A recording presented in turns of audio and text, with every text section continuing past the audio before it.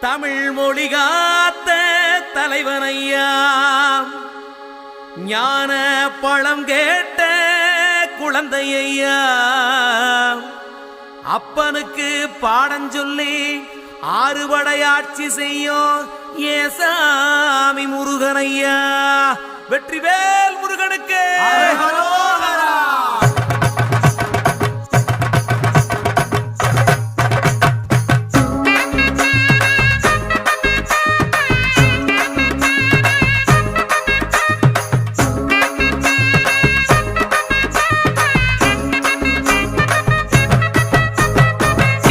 சின்ன